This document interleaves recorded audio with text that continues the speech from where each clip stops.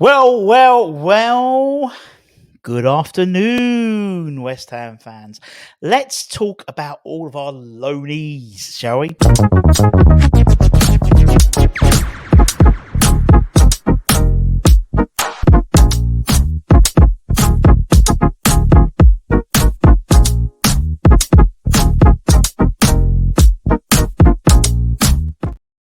Yes, everybody, Russ and the West Ham Network. Hope you are all safe and well, my friends. I can taste the hot cross buns. It's not a good thing. Not a good thing for me. Anyway, I wanted to do this for two reasons. This little show. One was that someone asked for it, and I think it was Grinch asked for it. Grouch. I think sorry. But also, Holly did a show yesterday called "Time to Say Goodbye." Time to say goodbye, and it was talking about all the some of the loan signings and stuff. And obviously, we talk about how well they've been performing on a match by match basis, usually on a Monday in Hammer's Headlines. And then we tend to do the Academy show during, so the Academy loanees during the Academy show on the Monday evening. So I thought we'd go through as a whole and give you my thoughts in terms of whether they've been a success when it comes to the loan signing, and not just for us as a club, but also for the player as well, because they have a finite number of years, and sometimes, yes, you want to have players in the squad, but they want to be playing first team football. And so sometimes a loan just works for a player. Sometimes it doesn't work. Currently, we have got 11 players out. 11, including the lesser spotted Andy Irving, who Anton spoke about on Tuesday, I think it was.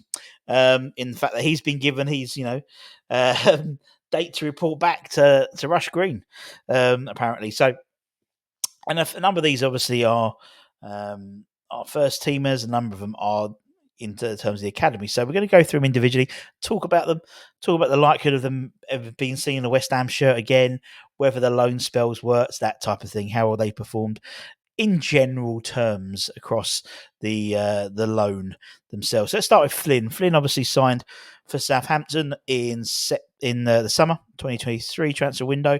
Sort of a sweetener for the JWP transfer. Didn't have the best time to start with, but then since then, and he's been injured he's had a bit of an injury, but he is a mainstay now for the Southampton midfield, who are they're having a fantastic season, cemented in that sort of playoff spot. And a good chance of them going up. He's currently, at the time of recording, 26 appearances, 1 goal, which he scored his birthday, which was an absolute cracker, 2 assists, and 79 minutes averaging. Now, Flynn's had a bit of a rough ride, I think, when he joined West Ham. He's played that crazy 2022 where he bought loads of players like Skarmaka and again. And I yes, he was statistically the best English passer in all the divisions the season beforehand. But I really thought he was bought for the homegrown quota. And in fact, I speak about homegrown players and our sort of transfer policy potentially in the morning show. So go back and check that out. So it never really worked. I mean, and again, when he played out of position, which is very unusual for David Moyes to play midfielders out of position. But it didn't really work. When he played, he always gave his all. He's a West Ham fan, Brentford boy. And I think that's why we all sort of took to him a bit more than maybe if he was just not a West Ham fan, in all honesty. And he's 25 now. I think, to me, I can't see him coming back now, to be honest. And I think Southampton, regardless, I think whether they go up or not, will make that a permanent signing. And hopefully they do go up, and hopefully he will be a Premier League player once again. But in terms of how I think the loan's gone, for me, thumbs up. And there's three ratings: thumbs up, thumbs down, thumbs in the middle. Speaking of that crazy 2022 transfer window in the summer, another player we bought him was Thilo Kehrer. Maybe it rushed because we were sort of a little bit desperate for centre halves at the time. We obviously signed from PSG, and he came in, had a good start, wasn't really getting in the right positions, and then played right back for Germany, which he did for a while. And then we started playing right back I think Soufal was injured, if I remember correctly. Came in, did a really good job. Then as Soufal came back in, it was almost like them putting him under pressure. Never really then hit the heights of what he should do. So he moved to Monaco, the Ligue 1 side, who are currently third, I believe, in Ligue 1. In the Champions League spots in the winter, and he's been an ever-present. Played a few different positions. I think he's played right back. I think he's played right back at a back three, or the right side of a back three, and he's also played the left side of a back two as well. And you can see there, every time he's played the full 90 minutes. And of course, for someone like Thilo, it was a case of getting game time, getting minutes, getting reps, because we've got the Euros coming up. It's a host nation. Germany's the host nation, and he wants to get into that squad, or he's trying to get into that squad. Whether he will is another question, but he's doing the right thing about it. I think, according to reports, he has already hit. This was with an obligation to buy once a number of criteria have been met. Apparently, those criteria have already been met. So you will not see Thilo Kehrer in a West Ham shirt again.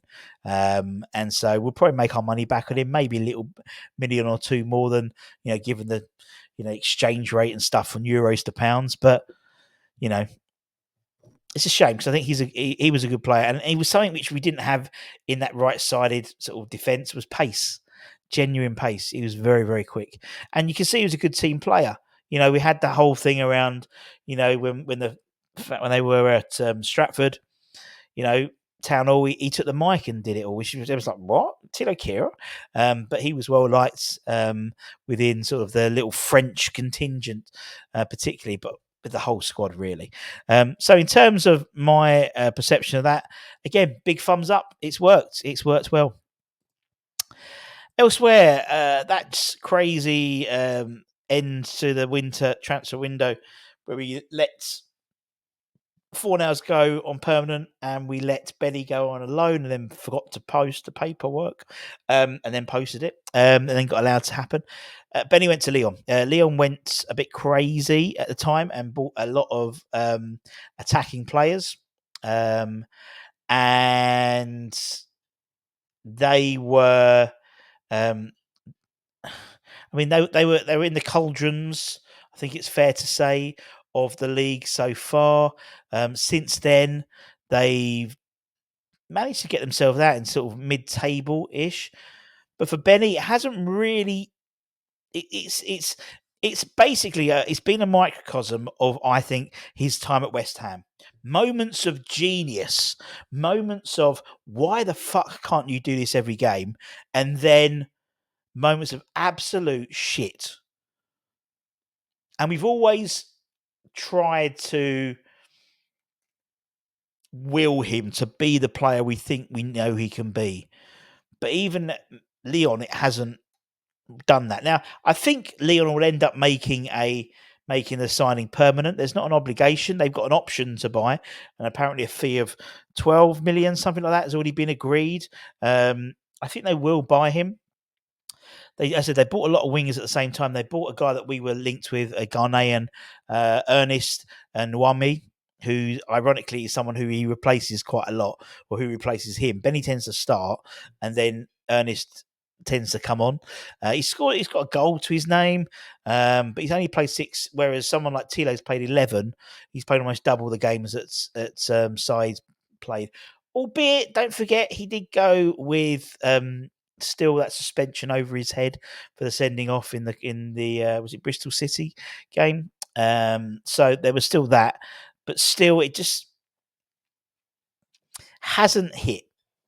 Maybe it never will with Benny. He's 28 now, so I was surprised he went to Lyon. I thought he would probably go to the Saudi Pro League and have an absolute storming time and earn a shitload of money. But as I always say, and I'm going to make t-shirts, it takes two to transfer. And Lyon came in, and it was the right move at the right time. Or was it? I think it was. It's been an okay move. I think we'll still. I don't think you'll see Side Benrahma in a West Ham shirt again. But and I don't think we've done great negotiation in terms of the price, but we will get him off the wage bill and we will get some money for him. We'll probably lose about half, I reckon, what we paid, because don't forget we paid 25 million, I believe, for him, but also we paid 5 million for a loan fee the season before. If you remember, he had a problem with bad blood. You're gonna have bad blood. Yeah, I don't think it's worked particularly well, to be honest. Not as well as the others. Nathan Trott. Remember him, the lesser spotted Nathan Trott? I was reading an article yesterday that West Ham are going to start opening talks with his agents about a new deal, whether they're positive or negative, I don't know. His contract actually expires in the summer, as well as Joseph Anangs, the two sort of goalkeepers that have been left behind, so to speak. He's currently in the Danish Superliga for Vejle Boldklub. He was actually on loan to them last season as well. Mainly concentrating on the loan this season, but they got promoted last season. He was part of that side that got promoted, and then they made it again and got him back. I think he'll stay there, to be honest. Although they are having not a great season so far and are teetering on in the relegation spots at the moment. Our old VB, but he signed officially this season in the summer 2023. 22 appearances, conceded 26 goals, 5 clean sheets, and obviously plays as most goalkeepers do, plays the full 90 when he is playing. Now, I think for me, there's definitely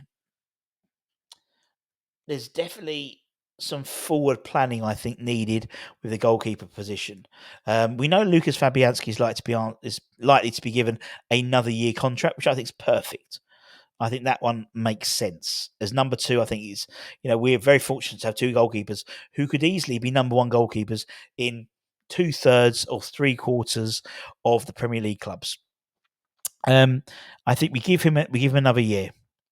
I don't personally. I mean, Trott is 25 now. I think I wouldn't renew his contract, in all honesty, unless we're going to renew it and then sell him, which we did for 4 nows, for example, rather than let him go for free in the summer.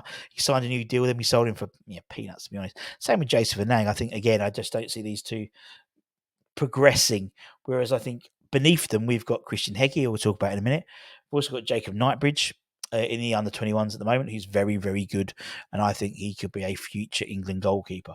Below that, Finley Herrick as well. So I think you've got enough, but by Fabianski being there for another year gives the people like Hegyi, gives the people like Knightbridge another year, whether it's to go out on loan again or whether one goes out on loan this year, like Hegyi, he comes back, maybe Jacob goes out on loan next year, so they both got league football under their belts. I don't know, but I think for Nathan the actual move has worked very well, and I think for West Ham it's worked very well as well.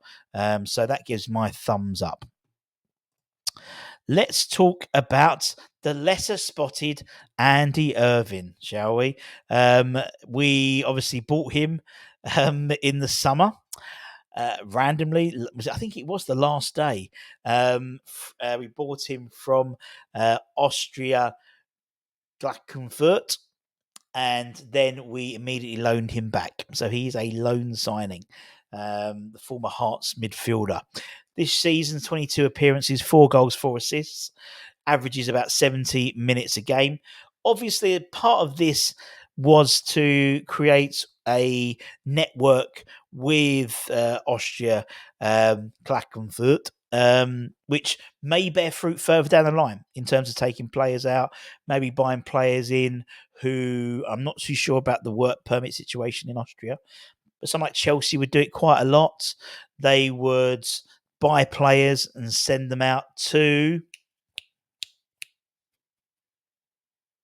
double-barreled name. It's not Werder Bremen. It's going to really annoy me now. In the comments, you'll know straight away who I'm talking about. But they had a similar situation. No, it's not Royal Antwerp. I think they were Belgium side. and I can see them. I'm going to have to Google it. I'm really sorry. Chelsea, Belgium, partnership. Yeah, partner club. It was. Nope. Not. It wasn't Royal Antwerp.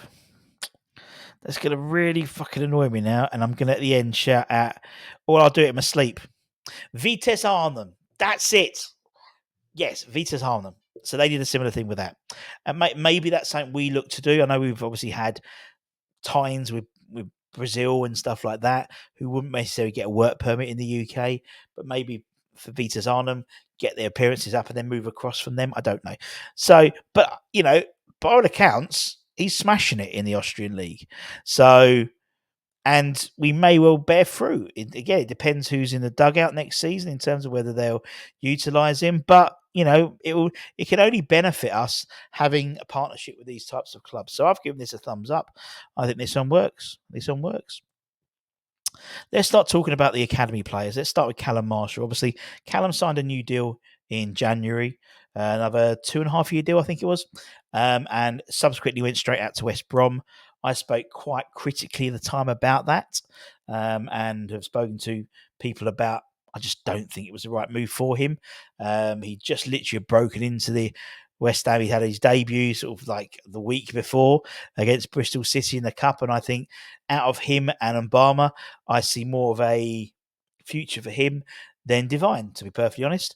It hasn't worked. And it wouldn't have worked. On paper, it wouldn't have worked. In a similar situation, West Brom are a position below Southampton, I think, in the Championship. It was never going to work. They were never going to put an unproven 19-year-old in the squad when they're competing for, in essence, £150 million worth of money in terms of promotion. Never going to work in a month of Sundays. It was a total glamour project, and it hasn't worked for him. He's averaged 18 minutes for his 3 appearances. No goals, no games. In fact, Carlos Cabrera, who's the West Brom manager, who's a guy we were linked with potentially because he was assistant to Marcelo Bielsa at Leeds, he said that it wasn't about, for Callum, he'd love to give him minutes, but it's not about that. It's about, making sure he's, understanding what it's like to be in the first team environment. He could have done that at West Ham. And he'd probably get more game time at West Ham. Ironically, he probably would have done because he also signed a new contract as well, unlike Divine, who hasn't. So we're not going to put him on the pitch. That's the way it is. So it hasn't worked. And I hope and I pray it hasn't fucked up his progress. He was smashed in the under-21s, but then he's playing against his own peers. He did need to go out alone. I just didn't think that was the right deal. Huddersfield, a Barnsley, a Wycombe, an Orient, there was apparently 20 clubs after him. That's what I heard. There was 20 clubs after him, and he went for the club, I believe, who were the highest positioned. Didn't work. And I think it's a fault of his agent, personally. So anyway, this one hasn't worked. Hasn't worked for the player, hasn't worked for us, hasn't worked for his development, hasn't worked for West Brom either. And even West Brom, Daryl Dyke came back from injury, then he gets injured again. He's still not getting game time. Who's next? Let's talk about Freddy Potts. This is when it works. Freddy has been nothing short of sensational at Wycombe. They're calling him, I think they call him like the Cockney Cazorla or something like that, or the Cockney Fabregas, or he's having an absolute stormer of a season at Wycombe. He signed in the summer last year, so he got involved in the pre-seasons and things like that. That if you're an academy player, and you're going to a first club, first loan, winter doesn't work. If you are a seasoned player, it could work, but it doesn't work for an academy player because you don't know what it's like to be playing in front of, to be playing first team football all the time against seasoned professionals. And he's at the heart of the midfield, and he's been absolutely smashing it. 36 appearances, 2 goals, 2 assists. He got his team to Wembley. They'll be playing Peterborough in the EFL Trophy in week and a bit's time. So old Steve's got to go back to Wembley. Old Potsy, he was there last summer, when he saw Danny get promoted with Luton. He had to change his holiday because of that, and he ended up staying at the same hotel as me in Dubai. And we had a good old chat about that, thankfully. But it's worked. Now, what's going to be interesting, and particularly you look at him, so like him and Flynn, for example, that's why I don't think I can see that happening, because for me, I can see Flynn going, but Freddy, his academy tick for the academy figures, and also he's homegrown. So I think for me, it's either he goes out, he might go out on loan again potentially, but there's no doubt that it's absolutely smashed it. So for me, it's probably one of the biggest thumbs up we can do. And I'm excited to see what happens in the summer. As I said, he might go, maybe he'll go up to the Championship, maybe the next year for a loan spell. Maybe he won't. Maybe he'll get integrated into the first team squad. We shall see. Another player we sent out on loan to Wycombe, but this one was in the winter, so this one hasn't worked, is Gideon. Gideon Giddon, the Premier League 2 under-21 captain. So far, 5 appearances, averaging about 30 minutes a game. Hasn't scored, hasn't assisted, and it hasn't worked. Again, this is his first club, his first professional club outside of West Ham. He's a good player. Anton likes him. He's strong, but he's strong in comparison to his peer group. That's the difference. So it hasn't worked. He's been, because of the cup run, and they're relatively safe, sort of they're about 13th, 14th in League One. So they're utilising, it's the cup. They've gone for the cup, really. So he's been used sort of for the auxiliary squad, when they change it up a little bit. So very rarely will both of them play, Freddy and Gideon, in the same match, for example, or start. Been a few starts. I should have probably done starts rather than appearances / starts, but fuck it, I've done the charts already. So I don't think it's worked. Personally, I would probably send him out on loan again next year. We've got some really good youngsters coming through. Obviously, Callum would come back. Obviously, Divine would probably leave. He's not going to sign a new deal unless there's a final change of heart. You never know. You've got Josh Ajala in the under-18s, who's sort of starting to be bled into the 21s. You've got Cal Schweier, who was at Crawley at the beginning of the season, did quite well for Crawley, was recalled back because basically Callum had to go. Callum was going, so maybe. There's plenty of kids around. George Earthy's playing more of an advanced sort of 10-role second striker off the front man type thing as well. So we have missed a little bit of that sort of striking power in the 21s, but it's been it hasn't been a disaster. He's getting game time. I think for me, Callum's been a disaster, but Gideon's not so much so. Just because I think it's the type of games he's playing, maybe. Let's talk about Dan Chesters. Now, Dan pretty much broke the mould a little bit, I think, in terms of that. He was a youngster. He was a right winger. Obviously, he played. Was he at Spurs in the Australian tournament? I think he scored, or he definitely got an assist playing on the right wing. Potsy subsequently, the first half of the season, moved him from a right wing, moved him back to a right wing back, and I genuinely think, if we don't go out and buy a right back in the summer, or a right wing back, or whatever we're going to do, Dan could come and do a really good job. He really could. He's at Salford City, obviously class of 92, Nicky Button, that lot. And he's played right wing, right back, and right wing back. He's played 10 games already in the winter, so twice that of Gideon, and 3 times more than Callum. And he's averaged 60 minutes, a few of 90 minutes in there, a few sort of last appearances. So he's averaging a fair whack of gameage, to be honest. And yeah, I think that's a new word, gameage. So for me, I think it's been a good one. It's a thumbs up for me. And again, we've got some really good right backs coming through. Junior Robinson signed, right back. He also can play right wing back and right wing as well, to be honest. He signed his pro deal, another deal, 2.5 years last week.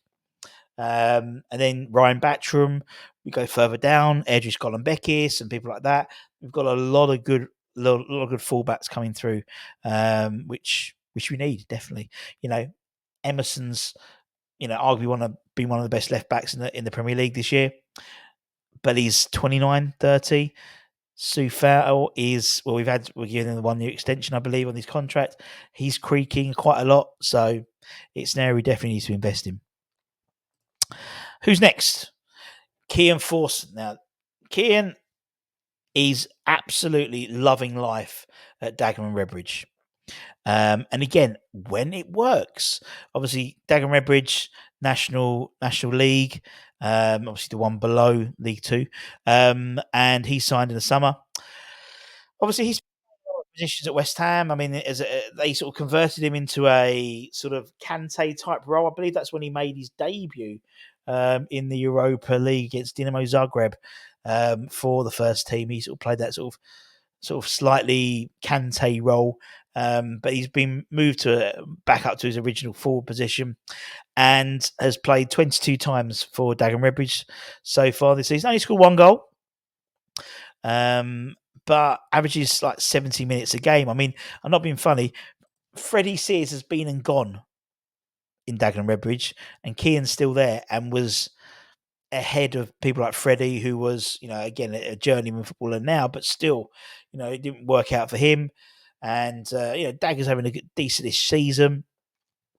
And he's really enjoying it. And he's definitely, he'll come back and he'll have bulked up.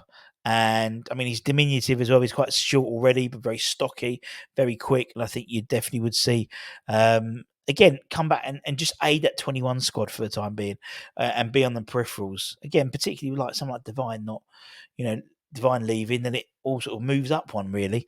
So I think that's gone really, really well. And lastly, I believe, let's talk about Christian Hegyi. So Christian Hegyi, and I put an asterisk by his name because he was at Stevenage at the beginning of this season. Wasn't really getting much game time, but when he did, he was playing well, but he wasn't, he was sort of in and out of the matchday squad.